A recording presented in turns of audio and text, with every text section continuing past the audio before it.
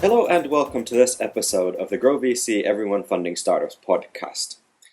And today we're talking about something that's very topical, that is the Mobile World Congress that was held in Barcelona this week. And I'm here with Jouko, who has spent the majority of the week in Barcelona, and I'm sure he has some interesting things to tell us from the event.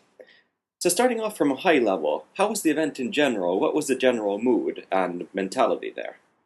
I have been many years there, already when it used to be in Cannes, and now I think that this was fifth time in Barcelona. So that, let's say in that way, I have seen it quite many times.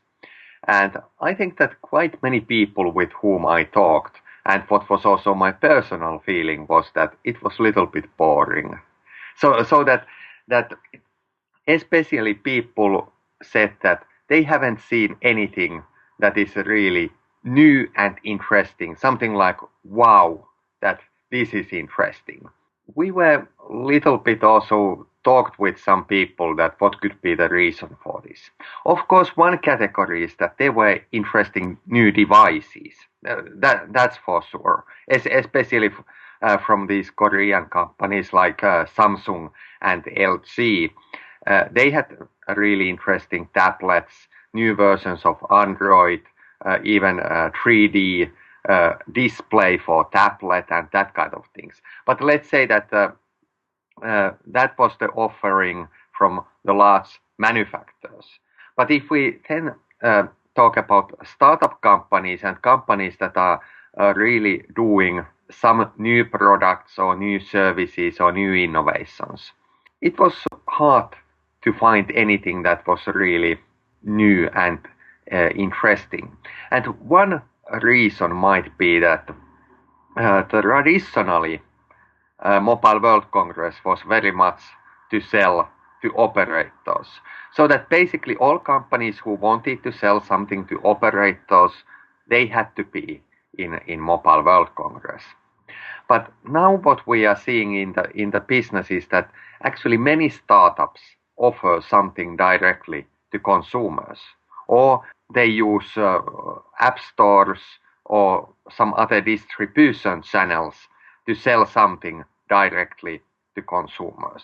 What is really happening more and more all the time, that the operator's role is less important. Of course, they still say that they would like to do many things, that they would like to have their own app store. There is, for example, a new project again, how different main operators together would like to create a big app store. People are skeptical with that.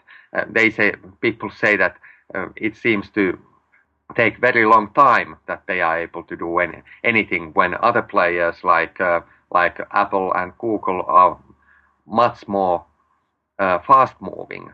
At the same time, operators just commented in this week that the speed what they have is exactly right, whatever it means. But anyway, the operator's role is definitely less important. Even in the invoicing and payments, what they have said always that they can be the most trusted partner to handle payments, for example, to sell mobile application or services or whatever mobile payment is needed. But anyway, it seems to be that they have been too slow with that one also.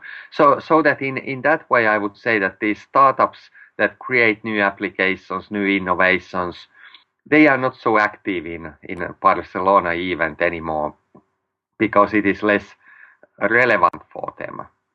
And their business is much more like internet business, that they must find the users, consumers directly.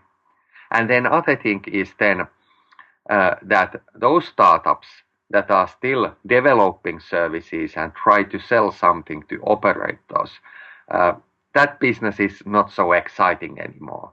Let's say that if you develop value-added services or content management platform and that kind of things that used to be popular and try to sell it to operators. Actually, I think that it's very difficult business, and the time is now so different what it used to be 5 or 7 years ago when this was the hot market, that I think that the whole mobile industry is now in new situation, and let's see how the Mobile World Congress is able to develop its own concept to make it again more interesting.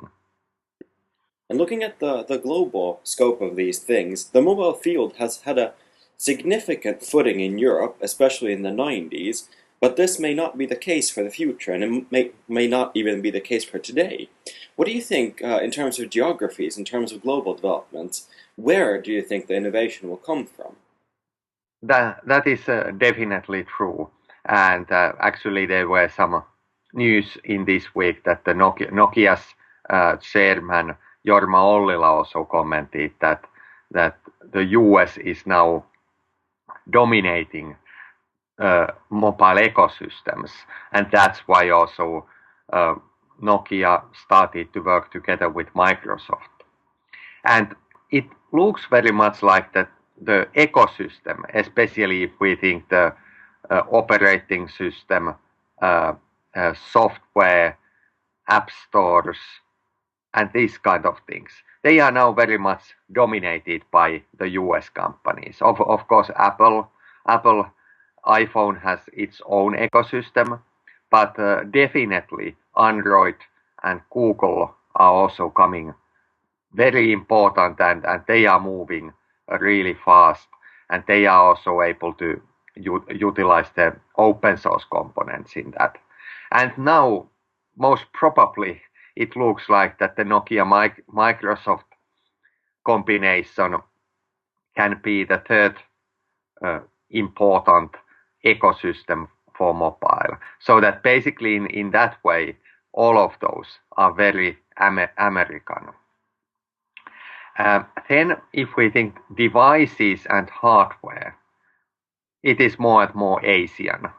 Of course, Korea is very strong, so that it is amazing how they develop new versions, new hardware all the time. And actually somebody told me that Samsung, together with Android, has been able to streamline their models so much that basically every third month they can get a new version, and I mean the new version of the operating system, but also new hardware to support this new operating system. So that it tells that how fast things are moving in Asia. And of course, one component, as always, is China and Chinese market.